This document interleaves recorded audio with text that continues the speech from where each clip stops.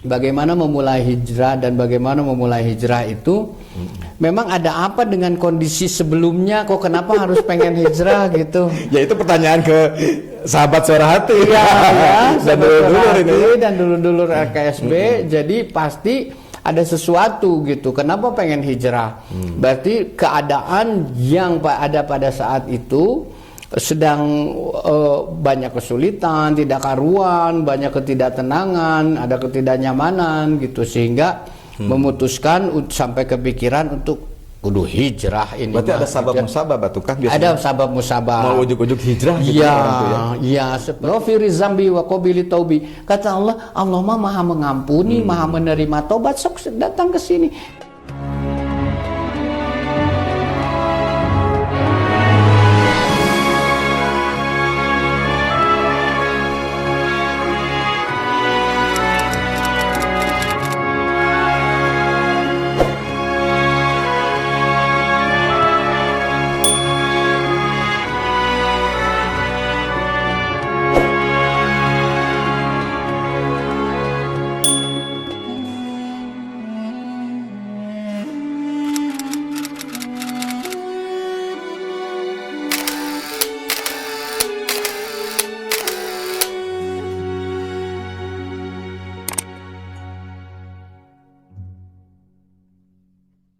Baik, alhamdulillahirabbil alamin.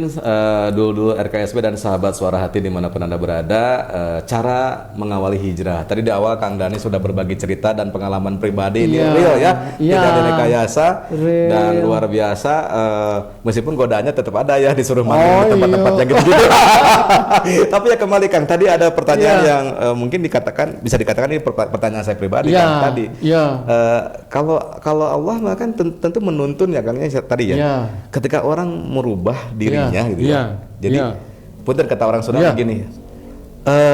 Kalau mun anjeun hayang berubahnya rubah ku jadi sorangan. Allah mau ngarubah nasib suatu kaum lamun lain kaum sorangan nu ngarubah dirina. Artinya hijrah pun seperti itu Kang. Artinya mau ujug-ujug Allah ngasih hidayah kalau kitanya nggak ada dulu dorongan dari diri kita kan. Betul. Itu gimana Kang? Betul. Iya. Jadi yang mendrive orang melakukan sesuatu itu kan keinginan Kang. Jadi begitu juga hijrah. Nah, kalau sudah ada dorongan untuk melakukan sesuatu, ada keinginan, pasti orang akan mengusahakan. Makanya usahanya teh yang sungguh-sungguh. Jadi Allah mah yuridullahu bikumul yusra wala yuridu bikumul usra. Allah mah menghendaki kemudahan bagi kita teh Kang. Dan selalu ngasih kemudahan kan? Selalu mengasih kemudahan. Jadi Allah tidak ingin mempersulit hidup kita. Dan yang mengetahui segala seluk-beluk kehidupan kita teh hanya Allah. Jadi mungkin Allah menghendaki atau apa ya Kang mempersulit hambanya gitu yang ingin berbuat baik. Pasti dimudahkan. Pasti dimudahkan dan pasti akan jauh lebih baik kehidupannya gitu kalau orang sudah memutuskan untuk hijrah untuk memperbaiki diri. Begitu juga yang terjadi. Adapun itu sebagai pilihan, memang pilihan itu mah. Nggak pilihan karena ya Kang dalam sejarahnya dulu kan banyak sekali orang-orang yang terpengaruh. Dia tahu bahwa hijrah itu baik. Dia tahu bahwa memperbaiki diri itu baik, tetapi dia ditempatkan pada posisi misalnya Kang punya jabatan ya. Dengan adanya jabatan itu, kalau misalnya saya atau misalnya pamor gitu ya di masyarakat bahwa dia teh dikenal sebagai orang yang jagger gitu misalnya ya Kang atau apa. Kalau misalnya saya hijrah memperbaiki diri, kejegeran saya teh hilang atuh gitu ya. Posisi saya, jabatan saya ini yang basah ini teh atuh hilang dengan adanya hijrah mah. Dan saya tidak boleh menandatangani kwitansi kosong, tidak boleh menerima misalnya ya uang yang kadedeh apa segala macam. Nah, dia teh tahu tetapi dia sudah nyaman dalam keadaan itu jadi tos we nyaman we. Jadi dia tidak memilih untuk hijrah untuk memperbaiki diri gitu.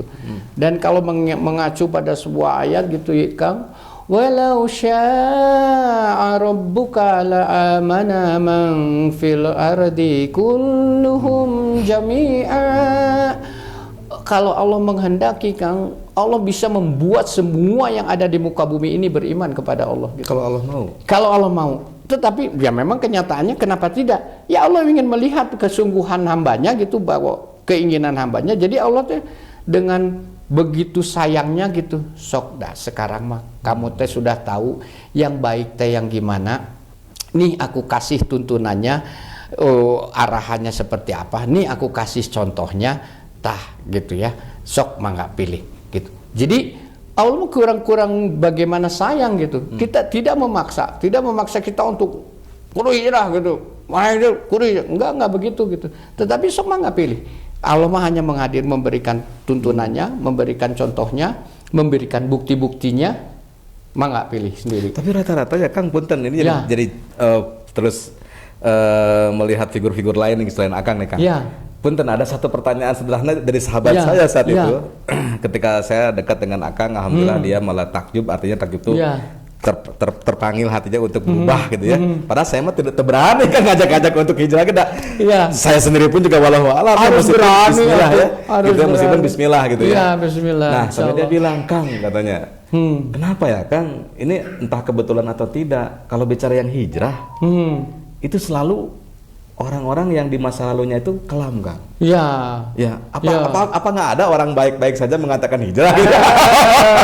Bener ya, contoh misalkan Ya. dulu ada artis terkenal Kang, Ya. mantan penjahat. Ya. Wah itu penjahat yang Ahok kan, Ya. almarhum Kang Joni Indo ya. Ya. Almarhum, Ya. dia pernah Ya. di mana-mana di penjara di Ya. mana-mana gitu ya. Ya. Hijrah, tobat, hijrah, lalu jadi ustadz gitu ya. Nah, tuh. Ya. Yang terakhir Kang anyar-anyar tuh Kang. Mhm. Itu Hercules Kang. Ya kan Hercules tuh. Ya punten Iya, ya. iya. Dulu preman kahot, Iya, sahnu teu apa iya, kan Tanah iya. Abang, Tanjung Priuk segala Iya. macam. Sekarang hijrah jadi ustaz. Ya, ilustrasinya mah begini Kang. Itu gimana itu Kang? Kalau kita ya berada dalam sebuah ruangan nih yang gelap gulita, nggak ada cahayanya. Sok apa yang akan terjadi? Kita pasti utak-atok begitu ya. Naon utak-atok tadi? Ya, itu bahasa Quran yang mana itu? Ya maksudnya Pasti kita meraba-raba kita akan kan. meraba-raba. Aduh tidak tahu ini Gelap, ya. gelas di mana, ya posisi apa di mana, jalan yang lurus di mana. Kita akan terus tiba-tiba ada ting satu aja cahaya masuk. Tek. Orang cenderung akan mengejar cahaya itu. Akan mengejar, itu cahaya, akan mendekati cahaya untuk apa? Untuk melihat keadaan dirinya atau keadaan lingkungannya gitu. Untuk apa? Agar dia menjadi lebih mudah dalam bergerak di dalam ruangan itu, agar dia menjadi lebih nyaman, agar dia bisa mencapai keinginan-keinginannya dengan lebih baik, dengan lebih mudah. Makanya dia perlu cahaya itu. Nah, makanya dia lagi cahaya. Nah, jadi artinya Kang dari ilustrasi itu orang-orang yang sudah terbiasa dengan kekerasan, sudah terbiasa dengan keburukan, sudah terbiasa, dia sebetulnya secara fitrah di dalam dirinya teh ingin melakukan kebaikan. Makanya dia saat ada misalnya sentilan aja, ya itu tadi entah jalan hidayahnya dari mata, telinga atau dari hati gitu. Ada misalnya perkataan dari anaknya misalnya. Dan anaknya juga melihat teman-teman, kenapa teman-teman dia mah ayahnya teh sholat misalnya ke masjid ya, terus dia teh nyeletuk misalnya biasanya orang tua kalau dengan omongan anak teh suka mudah tersentuh ya kan. Misalnya, ayah kenapa nggak sholat? Dia yang tadinya dia belum ada yang orang yang berani ngomong begitu ke dia gitu misalnya Kang atau apa, dan dia juga nggak kepikiran apa, tetapi pada satu hari, pada suatu saat anaknya itu juga udah berusia misalnya 5 tahun gitu Kang, seceplak-ceplaknya aja gitu. Dia juga mungkin tidak bermaksud gimana-gimana gitu, tapi ujung-ujung jeplak aja gitu. Ayah kenapa nggak sholat? Nggak, ayah teman aku mah sholat. Misalnya Kang, ujung-ujung itu teh karena itu yang disampaikan itu ucapan polos dari anak, ujung-ujung beletak aja ke hatinya teh, ujung-ujung jelek gitu. Itu pengalaman Kang. Ya kan, ujung-ujung begitu gitu. Hal yang sederhana, nggak usah yang dipaksa, tapi itu hal seperti sederhana seperti itu ujung-ujung, astagfirullahaladzim, udah kurang bisa ngomong gitu, misalnya ya Kang. Dan dari situ, nah setelah melihat gitu, misalnya anak, pertanyaan berikutnya adalah, ayah, aku lihat ayah udah sholat, sekarang ajarin aku sholat atuh. Beletak deh, deg lagi gitu. Aduh ya, kurang teh sholat ya, teuing kumaha sholat teh ya, masih dari situ mulai dia tanya-tanya lagi. Sudah memulai sholat, dia mulai tanya-tanya lagi, sholat yang benar itu seperti apa? Karena saya nggak mungkin mengajarkan sesuatu yang salah sama anak saya gitu. Saya nggak pengen seperti itu misalnya kan. Bagaimanapun ayah figur tuh ya. Iya, iya. Jadi dia, itu kan sebetulnya kalau kita sadari kan, itu jalan-jalan Allah untuk memperbaiki Lewat diri kita. anak. Iya, untuk memperbaiki diri kita gitu. Dengan begitu, tataros gitu, nanya ke orang, ke ustadz gitu. Pak Ustadz gimana caranya? Kenapa? Ya kalau ustadz mah akan lebih senang gitu. Oh masya Allah, ini bapak ini sudah mulai sholat, mangga sumping ke masjid gitu ya, sudah mulai diajak ke masjid, udah datang ke masjid yang tadinya anaknya itu nggak dibangunin, misalnya kalau ke masjid lagi subuh, lagi malam gitu ini, tapi kemudian setelah dia tahu, oh begini sholat yang ini, mulai dia, ayo kita ke masjid. Kan biar tahu sholat yang benar itu seperti apa. Yuk kita ke masjid. Dia mulai mengajak anaknya. Setelah mengajak anaknya, mengajak kakaknya, mengajak. Nah itu semua itu kan Kang jalan perbaikan dari Allah gitu. Diasbabkan oleh apa? Oleh hijrah itu tadi, ingin memperbaiki diri gitu. Jadi langkah-langkahnya itu memang ajib Allah mah Kang untuk untuk kadang-kadang kita belum berucap pun Allah mah sudah tadi manggil gitu ya. Manggil dengan kebaikan-kebaikan itu ya. Betul. Dan caranya itu Kang, orang-orang yang sudah disentuh hatinya sama Allah cenderung memang lebih lembut hatinya, dan itu tuh menjalar ke semuanya, menjalar ke perilakunya, menjalar ke tangannya, menjalar ke gerak-geriknya, lebih halus, lebih sopan, lebih santun. Lebih Kang, mengedepankan kasih sayang gitu. Nah itu karena ya maksudnya punten, banyak juga orang yang tahu tapi masih kasar, masih berperilaku tepararugu gitu. Walau alam itu mah. Tapi kalau dalam hemat saya gitu, kalau Allah sudah menyentuh hati seseorang gitu, semuanya juga akan diperbaiki sama Allah. Itu termasuk perilaku, ucapan, penglihatan, perasaan segala berupanya gitu. Baik sahabat dan dulu RKSB, kalau sekarang Anda di posisi yang sudah nyaman dengan hijrah Anda, ya jangan ragu, terus ikhtiarkan ya, maksudnya ajak orang. Dan jangan malu juga untuk mengatakan saya hijrah. Terlebih kan sekarang juga banyak sahabat-sahabat komunitas hijrah, pemuda hijrah, hijaber hijrah lain sebagainya. Kenapa harus malu tidak mengatakan hijrah? Seorang Hercules pun mengatakan saya hijrah. Saya menonton Kang beritanya Kang. Oh gitu. Baru semalam di salah satu TV swasta nasional Kang. Itu ada cerita tentang Johnny Indo dan sebagainya. Asaku kebetulan gitu kan.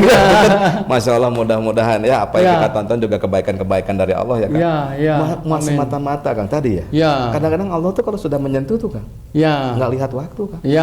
Dalam kondisi apapun bisa Kang. Betul. Di saat kita lagi happy-happy aja bisa ya Kang. Betul. Seperti yang tadi akan ceritakan. Betul. Oke Kang, untuk selanjutnya Kang, kalau sudah merasa hijrah, diri kita sudah merasa lebih nyaman dengan hijrah, ngajak, kumaha cara ngajak? Yang paling utama kan, yang paling kita masuk ke kelompok-kelompok. Yang paling kan kita. Itu banyak Kang, salah satunya ya teman-teman saya bergabung di jamaah tabligh Kang. Jamaah tabligh itu luar biasa. Iya, sebuah Kang, yang mereka melakukan pergerakannya memang untuk dakwah saja, dan itu mereka mah udah berani mengajak. Mereka datang ke tempat-tempat keramaian untuk apa? Untuk sekedar ngajak sholat gitu Kang.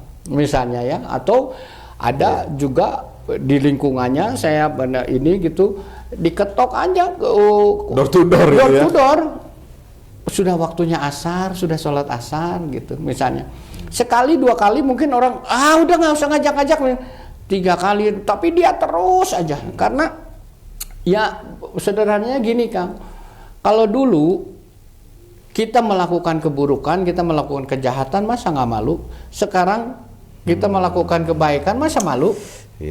Mengajak ada kebaikan, masa malu gitu? Dulu aja ya ngumbar aurat atau berkata kasar gitu nggak malu, tapi sekarang untuk menjadi sopan, untuk menjadi santun, untuk menutup auratnya gitu yang lebih syar'i, masa malu gitu.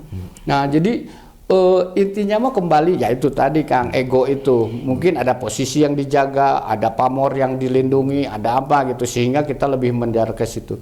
Tapi kalau orang-orang yang sudah hijrah ya sudah urusannya hanya sama Allah gitu. Mau bagaimanapun urusan manusia, penilaian manusia tetap aja yang dilihatnya, yang didengarnya, yang ingatnya hanya Allah gitu. Oke, jadi stepnya tadi udah jelas kan, yang penting tobat Kang ya. Ya. Tobatan nasuha, tobatan nasuha. Ya. Ulah tobat lisan hungkul. Dan tobat juga beda ya Kang, yang betul-betul tobat itu bisa dirasakan perubahannya dengan yang. Iya kan. Tadi kan biasanya kalau orang bertobat mah imannya biasanya makin kuat. Iya, jadi biasanya gitu. Indikator tobatnya diterima teh apa? Katanya menurut para ulama mah kalau kita sudah senang melakukan kebaikan, tandanya itu tobat kita diterima. Karena ada janji Allahnya juga. Dan kalau misalnya sisi-sisi spektrum kehidupan kita teh kan banyak Kang ya, bukan cuma ekonomi saja, bukan cuma uang saja, keluarga, kesehatan, segala macam gitu. Nah, segala sesuatunya juga diperbaiki. Allah yubadilullahu sayyi'atihim hasanatu. Kejelekan dalam pandangan diperbaiki sama Allah, kejelekan dalam ucapan diperbaiki sama Allah, kejelekan dalam perasaan, setiap melihat tetangga punya mobil baru biasanya mah kumahanya korupsi jika nama si itu teh udah nggak ada lagi, diperbaiki perasaan seperti itu teh. Melihat misalnya istri tetangga lebih cantik, eta mah goreng patut salakina tapi pemajikan gelis itu teh diperbaiki sama Allah, dihilangkan perasaan itu teh. Kumaha cara memperbaiki, cara mempercantik di istri sendiri. Ucapan. Ya, istri sendiri supaya langkung gelis di istri tetangga supaya langkung betah, supaya tidak ada lagi ucapan-ucapan seperti itu. Itu teh diperbaiki. Nah, kalau segala sisi kehidupan kita sudah diperbaiki sama Allah, itu tandanya tobat kita diterima sama Allah. Allah sudah tidak ingin lagi menghendaki kejelekan terjadi pada diri seorang yang bertobat, seorang yang diterima tobatnya. Gitu kan. Tinggal itu dirasakan. Ya Anda yang merasakan, sahabat. Ya, diri kita masing-masing yang merasakan ya Kang ya. Betul. Orang mah kita mah nggak bisa menilai geus tobat sih. Iya. Yang merasakan diri kita. Iya. Betul. Ya kita dengan Allah barangkali ya Kang. Masya Allah Kang, betah kan. Masya Allah, mudah-mudahan Kang ya kita tadi diberikan umur, kesehatan untuk bisa terus mengajak saudara-saudara kita dulu dan sahabat untuk bisa lebih berbuat baik menuju ke kerangka kita hijrah yang seutuhnya ya. Ya, betul. Baik Kang, ini waktu kita terbatas. Biasa Kang, produser mengingatkan kita durasi. Oke, dan insya Allahnya Kang tema-tema kita itu tema-tema yang akan selalu berkaitan ya keseharian ya Kang. Ya, betul. Ya, insya Allah kalau ada teman-teman sahabat-sahabat yang memang mau ya sekedar diskusi dengan kita juga, Akang juga membuka diri ya Kang. Ya, karena biasanya kalau orang hijrah mah butuh temen ya Kang. Butuh teman. Biasanya ya. Dan yang berjamaah lebih powerful Kang, lebih besar pahalanya juga ya. Konteks sekarang pindah tempat hijrah juga Kang berarti. Studio sekarang podcast. Ini studio amin. Boleh sedikit promosi Kang di luar Kang. Di luar bahasan kita tadi. Iya, amin insya Allah. Jadi ini adalah studio, namanya studio podcast ya, studio podcast. Jadi bisa berupa konsepnya bisa berupa talk show seperti ini kan, bisa juga di seberang sana itu berupa seperti podcast gitu ya. Jadi kita nanti pakai green screen gitu, jadi latar belakangnya kita bisa atur berubah-ubah seperti apa. Lokasi studio, nama studio ini namanya Smart Studio. Smart Studio. Mudah-mudahan, jadi kenapa dikasih nama Smart Studio Kang?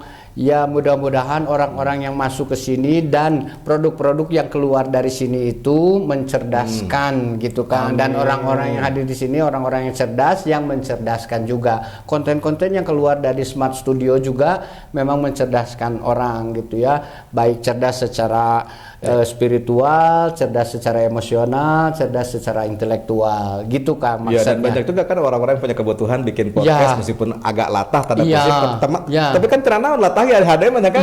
Misalkan saya bikin cari podcast supaya dapat sponsor gitu. Itu kan hijrah ekonomi kan. Dan alamatnya Kang, ada di Maskum Mambang nomor 25. Di sini juga ada Saksi Cafe di Maskum Mambang nomor 25 ini gitu. Jadi ini menjadi bagian satu bangunan lah dalam ruangan di Saksi Cafe gitu Kang. Jadi silakan, dan ini disewakan, bisa semua orang bisa menyewa studio ini gitu ya. Ada paket-paketnya, nanti silahkan aja. Baik, nanti mungkin di pas running text atau di commercial break ada nanti ya. Ada. Baik Kang, alhamdulillah. Terakhir Kang, barangkali kesimpulan Kang dari apa yang sudah kita bahas di kesempatan kali ini. Mungkin akan kita sampaikan sekaligus doa penutup Kang. Ya, alhamdulillah. Jadi dulur-dulur RKSB dan sahabat Suara Hati dan Hijaib kanal di YouTube, Allah sangat menyayangi kita gitu ya, sangat menyayangi kita. Allah tidak ingin menyulitkan kita ada di dunia, dan yang harus diingat adalah kehidupan kita di dunia ini sementara saja. Jadi kalau misalnya kita tidak bersiap membekali diri dengan ketakwaan, karena bekal yang paling baik itu di mata Allah hanya ketakwaan. Ketakwaan yang di dalamnya berisi amal soleh untuk bekal kita nanti di yaumil hisab, saat ditanya, dipertanggungjawabkan segala sesuatunya kehidupan kita di dunia, tentu saja untuk mendapatkan rahmat Allah, ridho Allah, memasukkan diri kita ke surganya yang abadi. Nah, untuk itu mari kita sama-sama memperbaiki diri, jangan takut, jangan malu, jangan sungkan, karena ya kehidupan yang nyaman itu memang semuanya yang kita inginkan adalah kehidupan yang nyaman, dan Allah sudah mengajak kita, Kang, setiap hari itu 5 kali, hayya 'alas shalah, hayya 'alal falah. Barang siapa yang ingin falah, kenyamanan, kesuksesan, kemudahan di dalam kehidupannya, yuk mari sholah, yuk mari tersambung sini gitu. Karena yang maha inna alaina lal huda, yang maha memiliki petunjuk itu hanya Allah. Jadi kita mah nggak tahu apa-apa, kita mah dalam menjalani kehidupan ini betul-betul tidak tahu apa-apa. Allah hanya menitipkan setitik ilmunya kepada kita gitu. Kalau kita tidak mendapatkan bimbingan Allah, kita akan tersesat gitu. Jadi mari kita sama-sama memperbaiki diri. Untuk itu mari kita sama-sama berdoa. Bismillahirrahmanirrahim. Allahumma sholli ala sayyidina Muhammad wa ala ali sayyidina Muhammad. Allahumma anta rabbi la ilaha illa anta khalaqtani wa ana abduka wa ana ala ahdika wa wadika mastata'tu a'udzu bika min syarri ma sana'tu abu laka bi ni'mati alayya wa abu bi dzanbi faghfirli fa innahu la yaghfiru dzunubana illa anta. Rabbana la tuzigh qulubana ba'da idh hadaitana wa hab lana min ladunka rahmatan innaka antal wahhab. Rabbi habli minas solihin, Rabbi habli minas solihin, Rabbi habli minas solihin. Ya Allah, ya Rabbi, perbaikilah keimanan kami, perbaikilah kehidupan kami, perbaikilah ibadah kami, ya Allah. Perbaikilah segala sisi kehidupan kami beserta keturunan-keturunan kami yang akan datang, ya Allah. Tunjukilah jalan yang lurus kepada kami untuk menjalani kehidupan kami di dunia, untuk bekal kami menuju akhirat hingga hari pertemuan kami denganmu, ya Allah. Amin. Rabbana atina min ladunka rahmatan innaka antal wahhab. Rabbana atina min ladunka rahmatan wa hayyi lana min amrina rasyada. Rabbana atina fid dunya hasanatan wa fil akhirati hasanatan wa qina adzabannar. Allahumma shalli ala sayyidina Muhammad bil qulubi wa dawaiha wa afiyatil asad wa sifaiha wa nuril absari wa diyaiha wa ala alihi wa sahbihi wa barik wa salim. Subhana rabbika rabbil izzati amma yasifun wa salamun ala mursalin alhamdulillahi rabbil alamin. Alhamdulillahi rabbil alamin. Hatur nuhun Kang. Salam sunnah Kang Raka. Insyaallah mudah-mudahan kebaikan-kebaikan yang akan sampaikan itu membawa berkah, manfaat, ridho Allah untuk kita semua, ya Kang. Terutama untuk saya yang ini semua memperbaiki ya, mengingatkan diri sendiri. Alhamdulillah. Ya subhanakallahumma wa bihamdika asyhadu an la ilaha illa anta astaghfiruka wa atubu ilaik. Baik sahabat dan dulu RKSB, demikian hikmah petang untuk edisi kali ini, dan tentu saja kami juga berpesan bagi Anda yang berminat untuk support program kami, dipersilahkan, silakan menghubungi marketing yang ada di running text ini nomor kontaknya, dan untuk lain sebagainya, urusan studio podcast lain sebagainya juga silahkan hubungi nomor yang sama, dan insya Allah kita akan jumpa di episode-episode berikutnya. Saya Raka Firdaus pamit, Kang Dani juga pamit, wabillahi taufiq wal hidayah. Wassalamualaikum warahmatullahi wabarakatuh. Waalaikumsalam warahmatullahi wabarakatuh.